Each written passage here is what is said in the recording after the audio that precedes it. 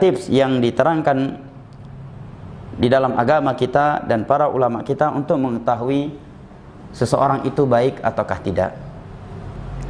Yang pertama, pergaulan dia sehari-hari. Bersama siapa dia bergaul? Jika pergaulannya sehari-hari adalah orang-orang yang baik, maka insya-Allah taala ia juga orang yang baik. Ini tips dari Nabi kita sallallahu alaihi wasallam di dalam banyak hadis. Datang dari hadis Abu Musa al-Asy'ari radhiyallahu anhu diriwayatkan oleh Imam Al-Bukhari dan Muslim. Nabi bersabda, "Mathalu jalisi salih wa jalisi suka hamilul misk wa nafikhul khair, fa hamilul misk imma an yuhdiyaka wa imma an tabta'a minhu wa imma an tajida minhu rihan thayyibah wa nafikhul khair imma yuhriqa thiyabak wa imma an tajida minhu rihan muntinah." Nabi umpamakan pergaulan itu, pergaulan dengan orang yang baik, dengan orang yang saleh seperti penjual minyak wangi dan pandai besi. Nabi juga bersabda di dalam hadis yang sahih, "Al-mar'u ala dini khalili." Seorang itu akan terbawa dengan agama orang terdekatnya. Orang yang paling dekat dengan, bukan sekedar dengan teman duduk ngopi ya, tapi teman dekatnya. Karena kalau sekedar melihat dia ngopi dengan seseorang itu tidak bisa dijadikan patokan. Tapi yang bisa kita jadikan sebagai patokan adalah teman dekatnya. Teman dekatnya. Dikatakan oleh penyair Arab, "Anil mar'i la tas'al, wasal qarinahu fa innal qarina bil muqarani yuqarinu." Kalau kamu ingin kenal seseorang, tak usah engkau bertanya kepada orang siapa dia, apalagi bertanya kepada dia. Kalau kita bertanya kepada dia langsung, ya tentu kebanyakan orang memuji dirinya. Jangankan ke dia, ke orang pun tak usah engkau bertanya siapa dia. Cukup engkau tanyakan kepada orang lain, siapa teman dekat dia sehari-hari. Siapa teman dekat dia sehari-hari. Karena seseorang itu tidak jauh beda dengan teman dekatnya. Yang kita bahas teman dekat. Nah,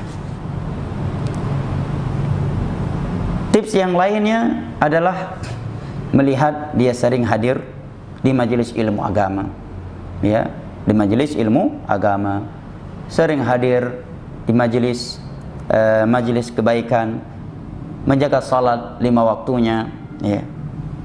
Kemudian menanyakan kepada orang-orang yang mengenal dia dan amanah dalam memberikan jawaban. Karena terkadang ada orang dia kenal kepada si fulan ini, tetapi dia membawa perasaannya ketika memberikan penilaian, sehingga hal-hal yang mestinya ia sebutkan dari kekurangan orang tersebut, karena hal ini perlu disebutkan karena untuk pernikahan, terkadang sebagian orang tidak mau menyebutkannya, ya.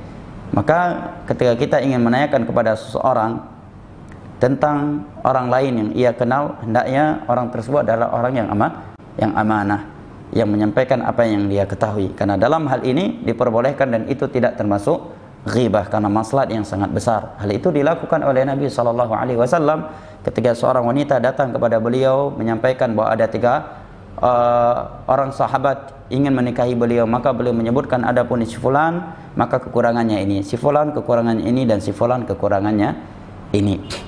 Ini hal yang penting diperhatikan oleh akhwat, ya. Jangan, saya ulangi kembali, jangan mudah tertipu, terbuai, terpesona, ya, terkecoh dengan penampilan atau eksisnya seorang ikhwan atau yang menamakan dirinya ikhwan di media. Karena banyak kasus-kasus dan banyak korban penipuan kezaliman.